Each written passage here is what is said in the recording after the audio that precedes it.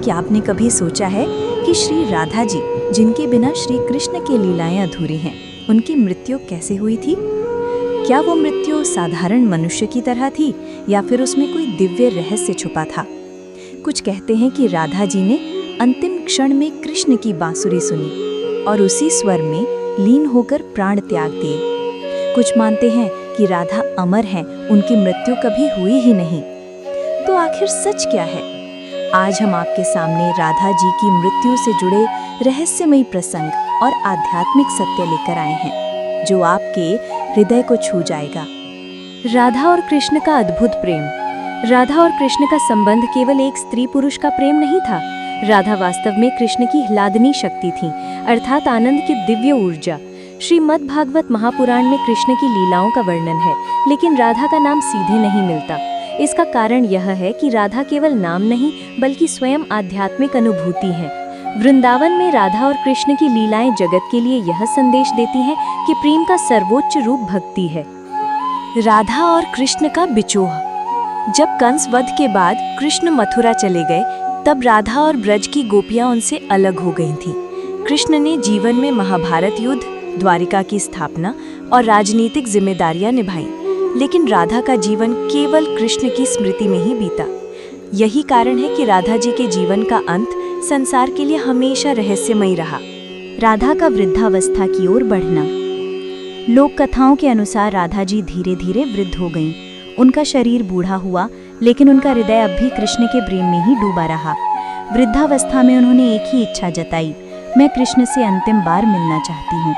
यह सुनकर उनके कुछ सखियां उन्हें द्वारका ले गईं। द्वारिका में कृष्ण से अंतिम मिलन। जब राधा द्वारिका पहुंची तो कृष्ण ने उन्हें पहचान लिया।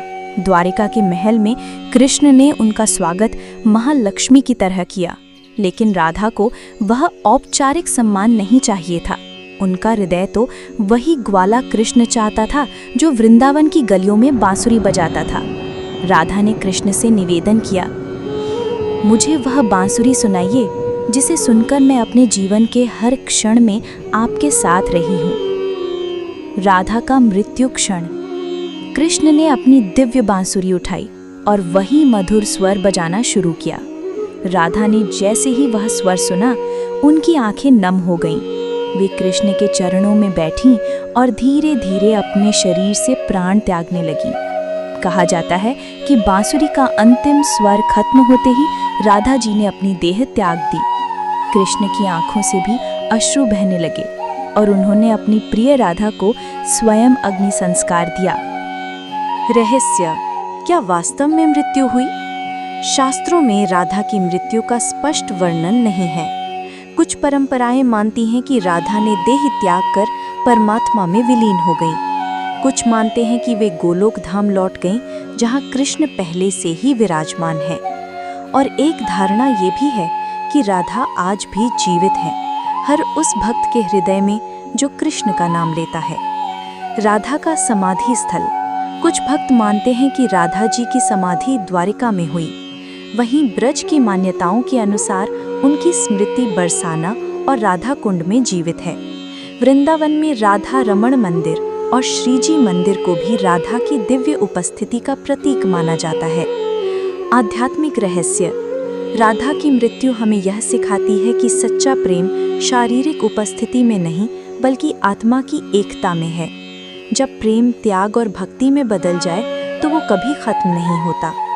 राधा और कृष्ण का संबंध हमें यह शिक्षा देता है कि परम प्रेम, परम भक्ति ही मोक्ष का मार्ग है। भक्तों के लिए संदेश। राधा जी की कथा केवल एक प्रेम कहानी नहीं, बल्कि भक्ति का सर्वोच्च उदाहरण है। उन्होंने संसार को ये दिखाया कि सच्ची भक्ति में मेरा और तेरा का भाव नहीं होता, केवल तुम ही होते हो। मृत्यु के क्षण में भी राधा केवल कृष्ण का नाम और उनकी बांसुरी चाहती थी। ये हमें सिखाता है कि जीवन में चाहे कितना भी दुख क्यों ना हो, अगर हृदय में भक्ति है तो आत्मा को परम शांति मिलती है। तो मित्रों, राधा जी की मृत्यु केवल एक ऐतिहासिक घटना नहीं, बल्कि एक रहस्य है।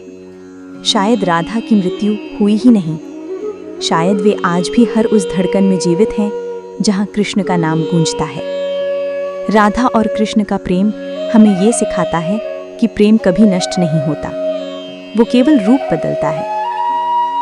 अगली वीडियो में हम चर्चा करेंगे राधा और कृष्ण का विवाह क्यों नहीं हुआ। इस रहस्य को जानने के लिए हमारे साथ जुड़े रहिए। जय श्री राधे, जय श्री कृष्णा। धन्यवाद।